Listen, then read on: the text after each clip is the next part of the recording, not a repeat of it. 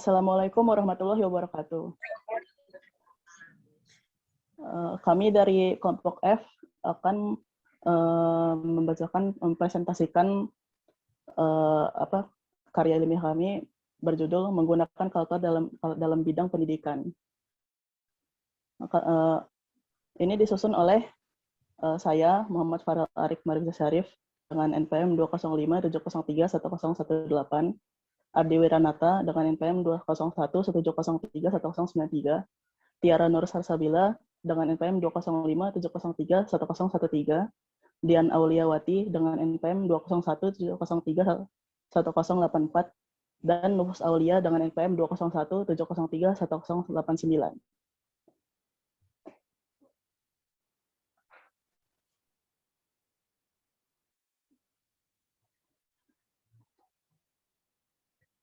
Ini untuk subbab yang akan kami jelaskan. Yang pertama, sejarah kalkulator.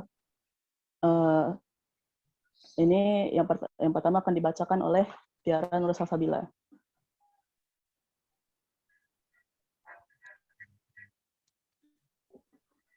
Sejarah kalkulator. Abakus atau sempoa. Abakus atau pada saat ini disebut dengan sempoa merupakan cikal bakal kalkulator dan dianggap sebagai awal mula mesin komputasi pada masa sekarang. Abakus diperkirakan telah diciptakan oleh bangsa Babilonia sejak tahun 2400 sebelum Masehi. Pemanfaatan abakus menyebar ke Yunani, Cina, Roma, Jepang, dan Rusia. Alat ini digunakan para pedagang pada masanya untuk menghitung transaksi perdagangan. Seiring perkembangannya zaman, penggunaan abakus telah tersisihkan setelah ditemukannya pensil dan kertas di wilayah Eropa. Pada tahun 1642, Blaise Pascal menemukan alat yang disebut sebagai kalkulator roda numerik atau numerical wheel calculator untuk membantu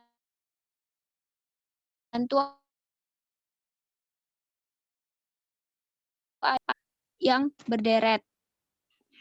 Dengan terdapatnya angka 0 sebagai 9 pada saat roda untuk menjumlahkan bilangan hingga 8 digit.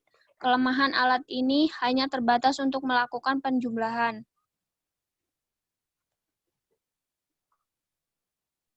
Pada tahun 1694, Gottfried Weil von Leib, seorang matematikawan dan filsuf dari Jerman, memperbaiki kalkulator Pascaline sehingga berhasil membuat step recorder yang bisa melakukan operasi penjumlahan dan perkalian.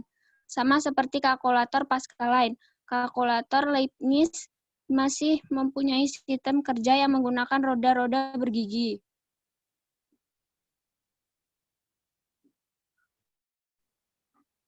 Udah. Selanjutnya akan dibacakan oleh Dian.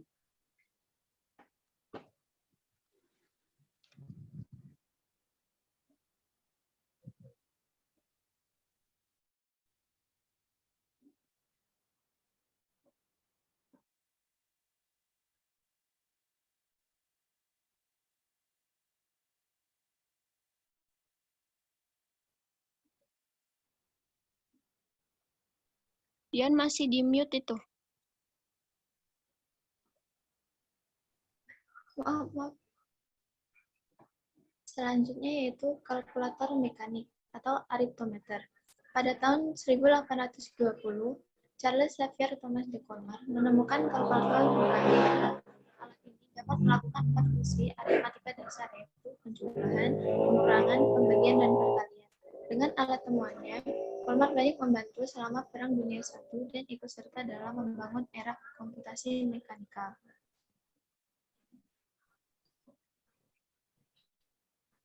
Kemudian kalkulator Hollerith.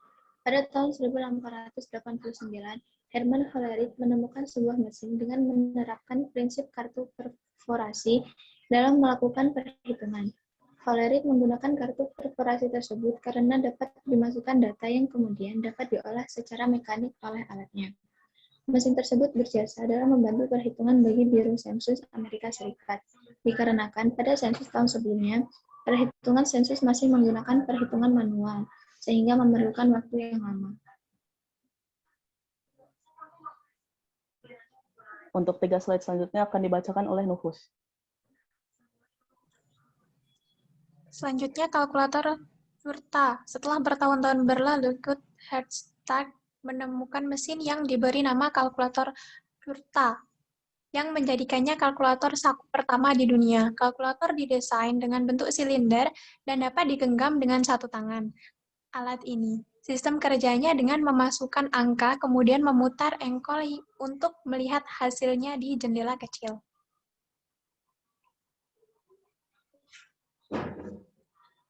Kemudian kalkulator elektrik. Pada tahun 1961, Bell Punch ANITA berhasil menciptakan kalkulator kerja yang sepenuhnya elektronik di dunia. Kalkulator tersebut menggunakan komponen tabung vakum, tabung code, dekatron untuk sirkuitnya, dan tabung Nixie untuk mengatur tampilan.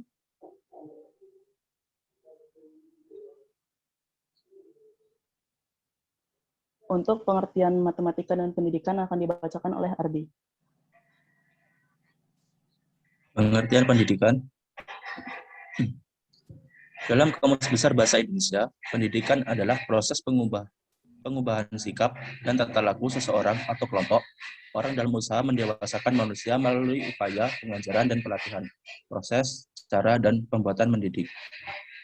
Dalam Undang-Undang Republik Indonesia Nomor 20 Tahun 2003, pendidikan adalah usaha sadar dan terencana untuk mewujudkan suasana belajar dan proses pembelajaran agar peserta didik secara aktif mengembangkan potensi dirinya untuk memiliki kekuatan spiritual keagamaan, pengendalian diri, kepribadian, kecerdasan, akhlak mulia, serta keterampilan yang diperlukan dirinya dan masyarakat.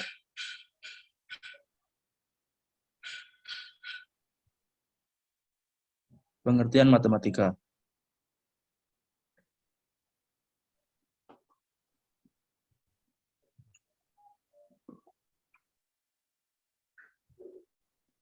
Kata matematika berasal dari perkataan Latin matematika yang mulanya diambil dari perkataan Yunani matematik yang berarti mempelajari. Perkataan ini mempunyai asal katanya mathema yang berarti pengetahuan atau ilmu, knowledge, science. Ketika matematik berhubungan pula dengan kata lainnya yang hampir sama, yaitu mathein atau mathenein, yang artinya belajar atau berpikir. Jadi, berdasarkan asal katanya, maka perkataan matematika berarti ilmu pengetahuan yang dapat dengan berpikir atau bernalar. Matematika lebih menekankan kegiatan dalam dunia rasio atau penalaran, bukan menekankan dari hasil eksperimen atau hasil observasi matematika berbentuk karena pikiran-pikiran manusia yang berhubungan dengan ide, proses, dan penalaran. Dikutip dari Ruspendi tahun 1998, halaman 148.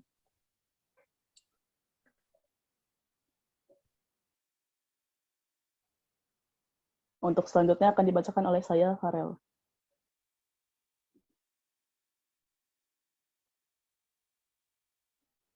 Penggunaan kalkulator dalam bidang pendidikan. Nama kalkulator seolah memang sudah tidak dapat dipisahkan dari yang namanya matematika, mulai dari jenjang dasar sampai jenjang perguruan tinggi. Kalkulator tentu sering digunakan pada saat pembelajaran matematika atau mata pelajaran yang berhubungan dengan matematika. Pendapat Ruseffendi yang mengatakan, saya percaya kegiatan serupa ini tidak akan membuat siswa malas berhitung, tidak terampil berhitung bodoh, tidak kreatif, dan semacamnya. Malahan sebaliknya, mereka dapat melakukan eksplorasi yang akan mengakibatkan pengetahuan mereka lebih luas dan dalam.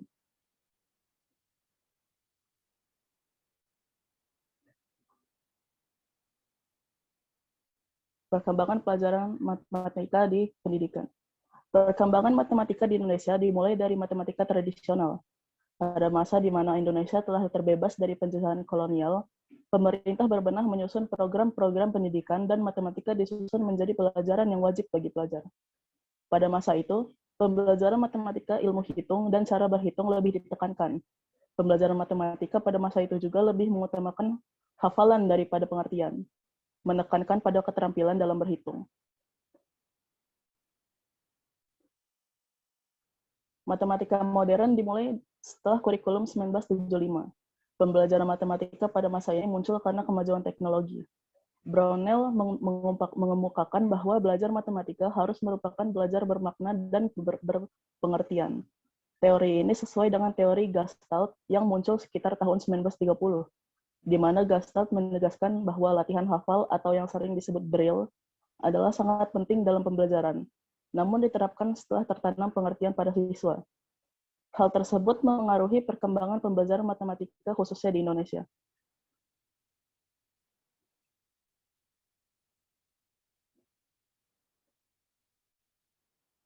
Sekian presentasi dari kelompok kami. Mohon maaf apabila ada kesalahan. Terima kasih. Wassalamualaikum warahmatullahi wabarakatuh.